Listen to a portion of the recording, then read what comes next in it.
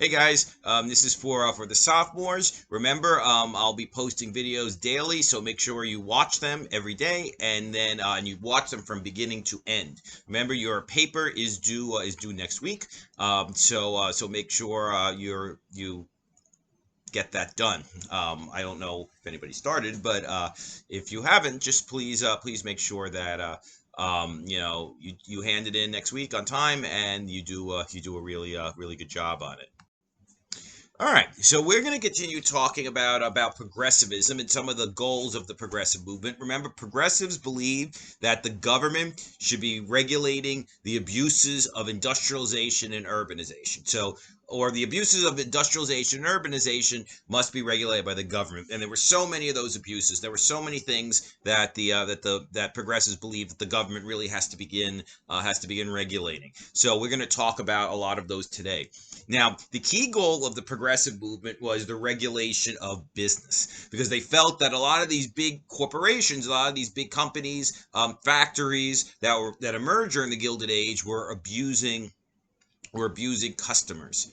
Well, not customers, workers. So a key goal of the progressives was to improve living conditions for the workers. But another fundamental goal of progressives was to bust monopolies, to bust trusts, to limit the power of these monopolies, which were emerging during this time in great numbers. There were 500 trusts in various different industries by the turn of the century. U.S. Steel, Carnegie's company, after it was sold to J.P. Morgan, the banker, controlled 80% of the market. Standard Oil, Rockefeller's company, controlled 90% of the market. So these big companies had almost complete control over an entire industry. And it wasn't just oil and steel, those were the biggest, but almost every industry was plagued by monopoly. So progressives said we have to do something about this because monopolies mean higher prices and less choice for consumers. So there were hundreds of trusts throughout the nation, and a key goal of progressives was to bust the monopolies by using the Sherman Antitrust Act, which had been passed in 1890, but had been very weakly enforced since. Now, many industrial workers, to be fair, actually did see improvements in their wages during the Gilded Age, especially in a few industries that were unionized. But it was still not enough really to sustain a middle class life, and most workers still were not making enough money to actually live a decent life. Certainly not to live a middle class life. And this was especially true for immigrant families. So often entire families had to work in order to make ends meet. For example, 2/3 of immigrant women had jobs. And that's a really big deal because remember, this was a time when women tended not to be in the workforce. When women were, called domesticity and all of that. So women tended to be at home, but immigrant families often just could not afford that, so women had to work. The scourge of the Gilded Age, child labor, continued into the early 20th century, and this was another fundamental goal of the progressive movement, to end child labor, basically saying in a civilized society there is no reason for children not to be in school and to be working instead. Now, child labor got worse as time went on. About 20% of children between the ages of 10 and 15 worked. And they worked in a variety of different industries, in factories, in mills, in sweatshops, on street corners selling newspapers. Children were working, and that 20% number is probably low because the way they did statistics back then when they took the census returns, um, girls often weren't counted as children. They were counted as young women, for whatever reason. So if you factor that in, that number is a lot larger than 20%. And so that's terrible. And, children should be in school. So this became a big goal of progressives to finally end child labor. Working hours and working conditions were absolutely brutal. The average worker worked 10 hours a day. Remember, that's an average. So that means that, half worked even more than that. Even though a big goal of the union movement and of the progressive movement later on was to have an 8-hour day. You know, remember, 8 hours of work, 8 hours of rest, 8 hours to do as you please. But difference between 8 and 10 hours is quite big. When you guys start working, you'll see that. So often those hours, those 10 hours, 12 hours, even longer, were just devastating for a lot of families because a lot of people had really no time for anything else but work, and little time to spend with their families. Accidents and deaths were very common in the workplace. For example, in 1907, 4,500 workers died working on the railroads.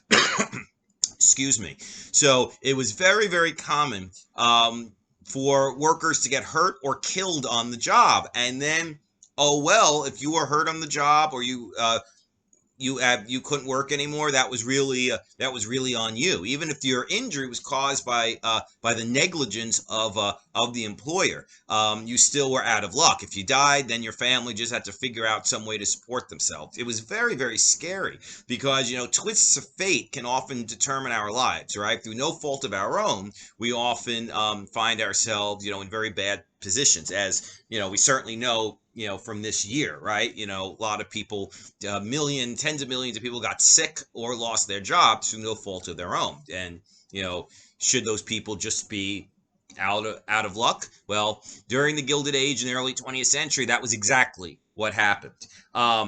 Now, for the most part, progressives were appalled at unlimited corporate power and these poor working conditions, and they said the government has to do something about it. Workers were just being treated terribly in these early workplaces, and they said they have to face regulation. And it wasn't just, when we think of government regulation, often we think of the federal government, but progressives believe that government at all levels have to be actively involved in regulating business. So that's federal, but that's also state, and that's also local. Now, the state that was really at the forefront of progressive reform in the early 20th century was the state of Wisconsin. Wisconsin was led by the Governor Robert La Follette, and it became the center of progressive reform. So when La Follette was governor of Wisconsin, he set up a whole bunch of systems, put a whole bunch of systems in place to implement a progressive agenda to try to improve life for the average person. He set up a direct primary system to limit the power of bosses, so people voted directly for who their party's candidate should be. He began regulating the railroads. He raised taxes on corporations. He began putting limits on campaign spending because that was very innovative, because politicians often wound up, in many ways often still do, wind up doing the bidding of campaign contributors as opposed to doing the people's business. So La Follette set up limits on campaign spending. And La Follette asked the University of Wisconsin basically to draft laws that he felt, professors of the University of Wisconsin, to draft laws that he felt would benefit the public. Remember, progressives were big believers in experts and data, and facts, and using science to try to improve life for people. And under La Follette's leadership, the University of Wisconsin became this nation's premier state university, and in many ways still is. The University of Wisconsin is one of the greatest state university systems we have. Now, all of these proposals that La Follette put into place, that turned from proposal to law, became known as the Wisconsin idea, that the government does have an obligation to look after the average citizen. And these ideas are very popular in Wisconsin. Wisconsin's very enigmatic politically. It's probably, my prediction is, it's going to be the deciding state in this election. But because it often goes back and forth politically, even though there's a strong liberal base in Wisconsin, at least there always had been, and a lot of that stems back from La Follette, and the people who immigrated to Wisconsin tend to be German immigrants, Scandinavian immigrants, who often had a lot more liberal politics because of where they came from. So Wisconsin was kind of ground zero in the progressive in implementing the progressive agenda. Now, progressives embraced the cause of banning child labor, and by 1907, 30 states had already banned child labor, even though a federal ban of child labor proved to be very elusive. Also, New York State, let's not forget about our state. New York was at the forefront of progressive reform. We passed, in the early the first decade of the 20th century and then into the second decade of the 20th century, no less than 56 worker protection laws. In 25 states, employers were actually made liable for injuries that employees sustained in the workplace. That's a really big change, right? Because, you could often get hurt at work because of your boss's negligence, but you had no claim against him. But the progressive said, yeah, well, if you get hurt because of his negligence, then you should be compensated for that. So this crusade for workplace safety relied on expert research on industrial accidents, because remember, their big belief in experts and data and research and facts was often used in order to draft laws or proposals, to deal with workplace safety issues. Now, another big goal for the progressives was actually making cities livable. Now, this was a key goal of the progressives as well. I know I keep saying that this was a key goal, that was a key goal, but the progressives were very ambitious, and there were a lot of problems to solve in the early 20th century as a result of some of the abuses that happened during the Gilded Age. Now, an increasing number of Americans were becoming urbanized by the early 20th century. By 1920, a majority of Americans were urbanized. That was actually a big deal, because that fundamentally changed the character of our country. Now, when a lot of progressives came from cities, when they looked at America's cities, they felt that the biggest problem affecting these cities is corruption. The political machines basically control these cities. They provide city residents with poor social services. They are more concerned with enriching themselves and staying in power than actually doing the people's business. So smashing the political machines and the power of the political machines became a top priority for the progressives.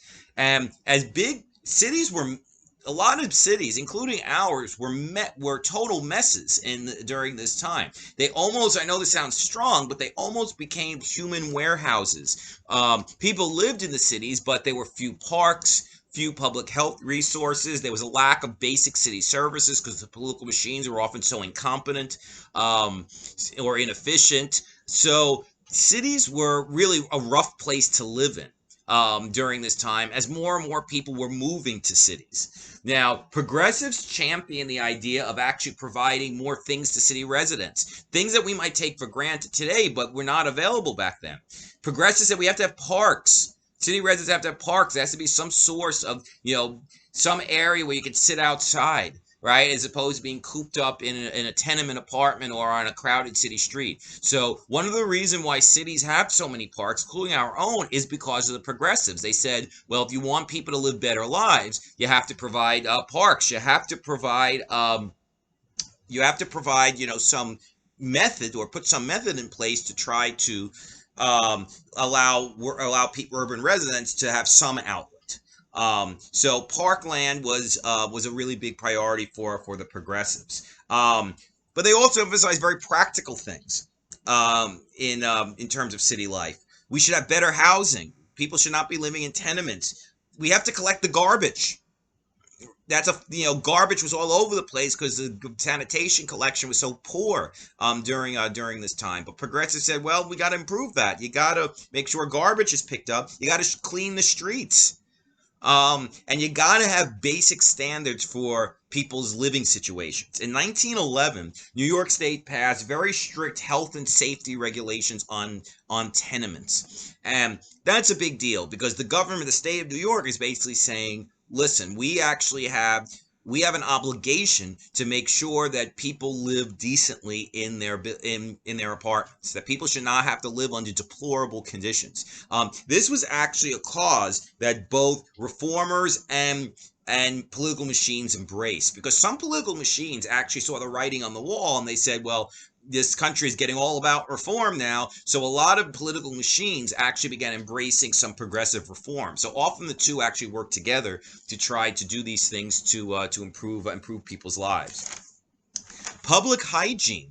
That was an important goal for the progressives. In the late 1800s, it was discovered that germs cause disease. I know what you're thinking. We only discovered that in the late 1800s? Yes. And a lot of the dread diseases from history, cholera, typhoid fever, remember those two are caused by water contaminated with fecal matter. and people didn't really understand what the causes of these horrible diseases were. By the late 1800s, we were finding out that, well, it's because of poor sanitation. So progressives embraced the idea of improving sanitation in America's cities. And these public health campaigns to clean up the cities, to try to reduce conditions for tuberculosis to spread, which is because people are very, very crowded on top of one another. Try to provide services for mothers who are about to give birth, because death in childbirth was tragically very common during this day. These major public health campaigns that the progressives initiated against these scourges were incredibly successful. TB rates, typhoid rates, infant mortality rates dropped significantly as a result of public health changes that the progressives advocated. Mandated school vaccinations. They didn't have that many vaccinations back then, smallpox and maybe a few others. But they said, well, you should be getting these in school, or you can't really start school unless you've gotten these shots. Safe water and sewer systems. These things we take for granted, but they make a very big difference in whether you're going to have a decent life or a really rough life. Right? The fact that your garbage is collected, if your streets don't smell, if you're not going to catch a disease from drinking the water, right? These are things that people for most of history had to worry about. So the fact that progressives were actually advocating that the government do something to address this, really, and they did it successfully, that made a really big change in people's lives. Now, I know a lot of people today correctly associate people who are liberal with being more permissive on lifestyle issues. Like liberal people generally, don't really get into how you should live, right? They're generally pro-choice on abortion, pro-gay rights. They generally favor a less role for religion and government. Liberals today basically don't like the government telling people how to live.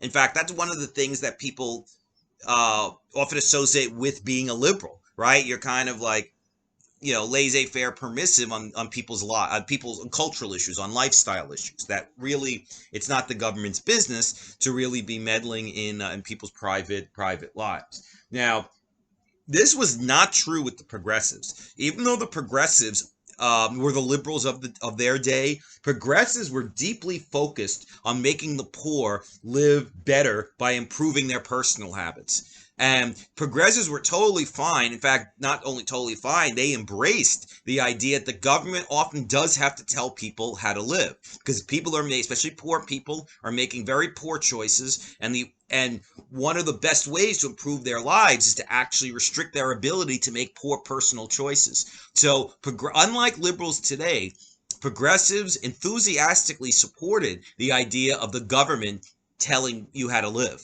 and not, and living a better life.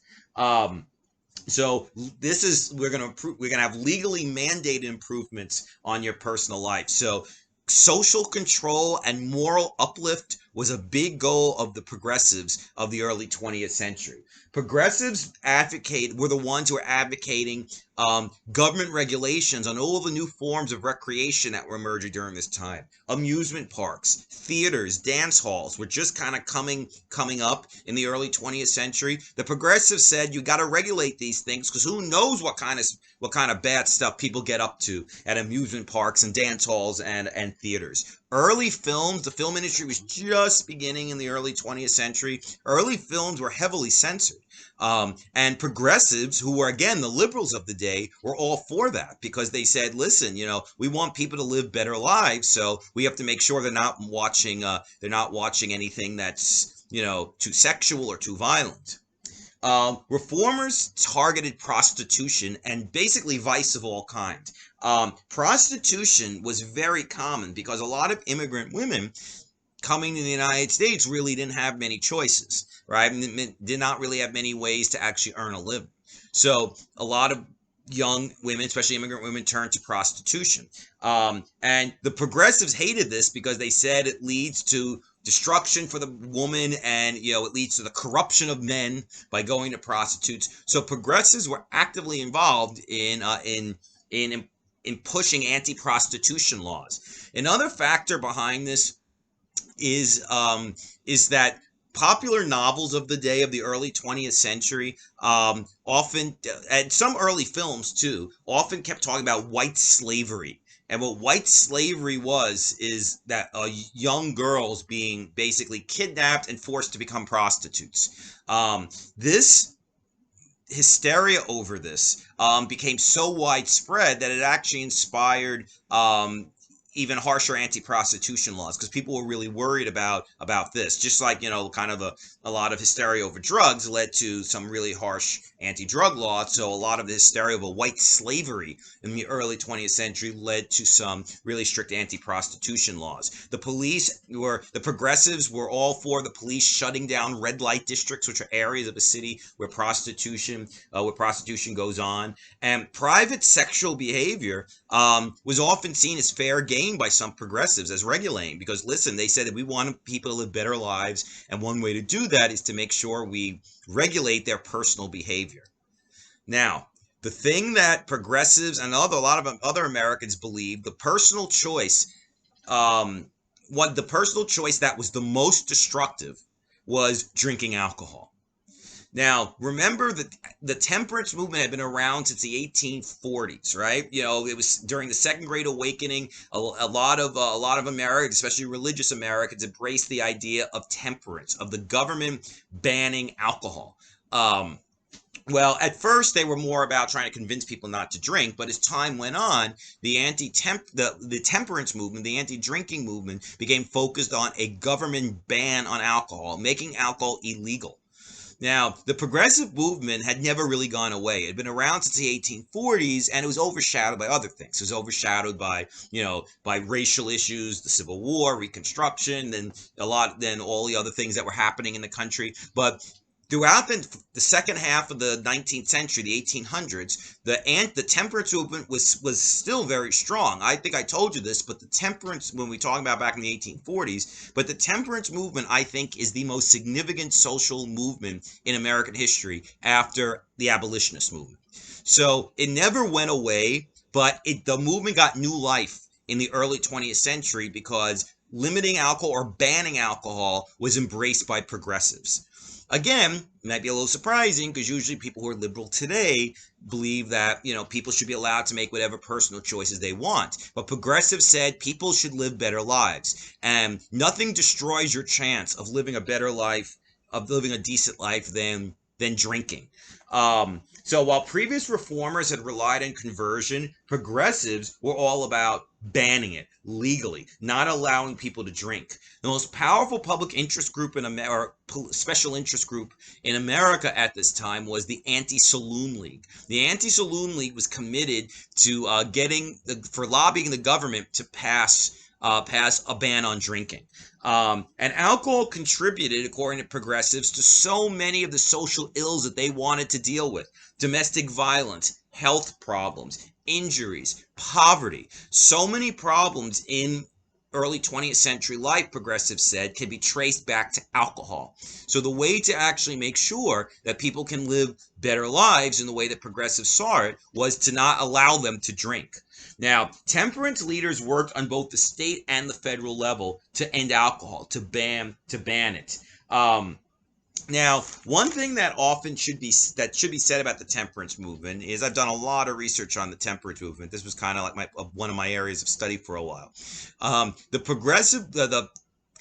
temperance movement often had deep racial and ethnic overtones. There was a lot of bigotry involved in the temperance movement because there was this perception that certain types of people are the ones that drink the most, certain immigrant groups, Black Americans. So some progressives were big believers in regulating alcohol because they felt that by limiting alcohol, you're actually regulating immigrants, because immigrants and blacks make poor lifestyle choices. So if you don't allow them to drink, you're actually you're improving their lives and improving society. So the temperance movement had some deep racial and ethnic overtones to it. It was often a coded way to actually go after immigrants. So not everybody. There were some, and in fact quite quite a lot of true believers in temperance. But some temperance people, they favored limiting alcohol, and that was often like a code for, well, we got to control the people who drink, and you know who they are, the immigrants. So that needs to be said as well. Drugs were targeted by progressives. Now, morphine, heroin, cocaine were all pretty widely available before the progressive era. You could buy these things in drugstores. Coca-Cola had cocaine in it up until this time, up until the early 20th century. That's true. That's not an urban legend. So progressives said, we got to do something about this. We can't let people do drugs because, that ruins their chance of actually living decent lives. So the Hepburn Act was passed, which banned heroin, cocaine, and morphine from being sold. And from that point on, it was illegal. So really, the war on drugs began with the progressives, in the sense of believing in banning alcohol so strongly, and also in passing the first bans on drugs. And that as well had ethnic and racial overtones to it, because there was this perception that immigrants were the ones who were doing a lot of these things, who were drinking and doing drugs. Another old cause embraced by progressives, temperance was one, right? That had been around forever, right? For 70 plus years, and it got new life because the progressives kind of breathed life into this old movement. Another old movement that got new life was the women's suffrage movement. Progressives believed that women should be granted the right to vote. In 1910, only 4 states allowed women the right to vote. And one of the reasons why the progressives embraced the idea of women getting the vote was that women were actively involved in the progressive movement and actually pushing progressive reform. Jane Addams and a lot of other women were offered at the forefront. Now, California, which often is a trendsetter, approved women's suffrage in 1911, and the movement began gaining steam, particularly with groups around the country, women's clubs, that advocated progressive causes in general, but then began advocating the idea that women should be granted the right to vote. Now, suffragettes were heavily criticized. There were a lot of conservatives and even traditional minded women who just believed the suffragettes were just like self-righteous, generally unpleasant. They were, just kind of like telling everyone how to live. They came across as always lecturing everybody. So suffragettes themselves were often very unpopular. Just like sometimes people who push causes that might be the morally correct cause sometimes come across as, as self-righteous and annoying, and sometimes that turns people off, unfortunately. Now, Susan B. Anthony had died in 1906. She had been the leader of the women's suffragette movement, and she was pretty much replaced as leader of the movement by a woman named Carrie Chapman Catt. And Mrs. Catt basically said that we should run a grassroots campaign state by state to give women the right to vote. And they pulled out all the stops. They put out newspaper ads. They did parades in a lot of major cities. And it was a pretty good public relations strategy because more and more states began giving women the right to vote, mostly in the West. The West was generally very receptive to a lot of progressive ideas for reasons we talked about in the last video. But gradually the movement came east as well. Now, there were some suffragettes who were more militant. Probably the most famous one is a woman named Alice Paul, who basically believed in some aggressive tactics, sit-ins, just kind of get in the faces of a lot of the government officials who were trying to block women's suffrage, aggressive protests, and also she said we need a constitutional amendment to guarantee women the right to vote everywhere. So it can't just be a state by state thing. And she pressured the Democratic Party to actually embrace the cause of women's suffrage. And the progressive movement, by the 19 teens, had made women's suffrage a key part of their agenda. In 1917, New York granted women the right to vote, and the deal was clinched, so to speak, ultimately by World War I, because women were so involved in the war effort that a lot of people who might have been reluctant to embrace suffrage before began supporting it, including the president at the time, Woodrow Wilson, who became a supporter even though he'd been kind of on the fence before. So two constitutional amendments emerged as a result of the things we talked about. The 18th Amendment, which was passed in 1919, which banned drinking, prohibition, which made alcohol illegal in the country, and the 19th Amendment, which gave women the right to vote. So this is fundamental change made to our Constitution as a result of the progressive movement.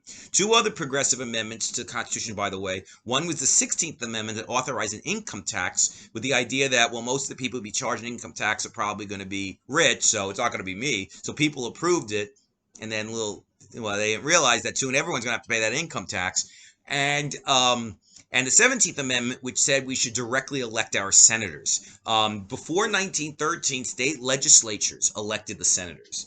But after 1913, when this constitutional amendment was passed, it said the people would elect their senators directly, in addition to the House members, which had always been the case. Now, although women's suffrage became the most important issue for many female reformers, there were a lot of other issues that women were actively involved in during the progressive era. Things that were considered women's issues or family issues. The ban on child labor was really pushed by a lot of female activists. Things that affected the family. Although that could be very broad, right? Basically anything to do with children was seen as a woman's issue, and so on. After women's suffrage, the biggest issue for women reformers was birth control. The idea that you should be allowed to use birth control to decide how many children you want. Before birth control became popular, women had huge families, right? Because there was no way to control it. Women got pregnant, married women, not married women too, but women just got pregnant because there was no way to really stop that. And a lot of married women, especially a lot of poor women, had so many children that they just couldn't afford. To support, to feed. And it often resulted in worse poverty, having bigger families, right? Because there's more people to support. It also resulted in a lot of ill health, because a lot of the chance of complications increased with every child, especially for poor women whose medical care already wasn't very good. Most morally upright people, though, thought birth control was dirty. It was sinful. Even information about it should be illegal. That law had been on the books back in the 1870s, the Comstock law, which it made even information on birth control. It made it a crime to actually distribute any of this information. Now, the idea was that birth control is an admission that people are having sex for reasons other than having children, which is something that